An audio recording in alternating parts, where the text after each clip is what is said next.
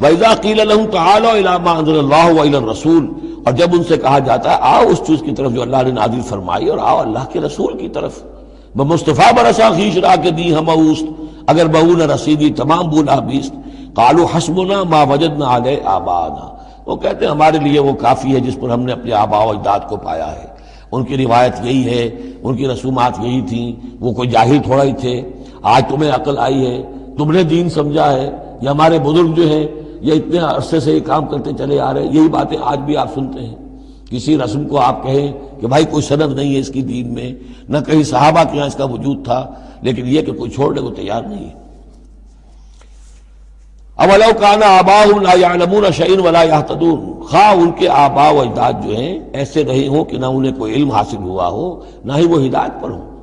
جیسے تم مخلوق ہو اللہ کی، وہ بھی مخلوق تھے. جیسے تم غلط کام کر سکتے ہو اور غلط آراء قائم کر سکتے ہو، ویسے وہ بھی غلط کار ہو سکتے تھے.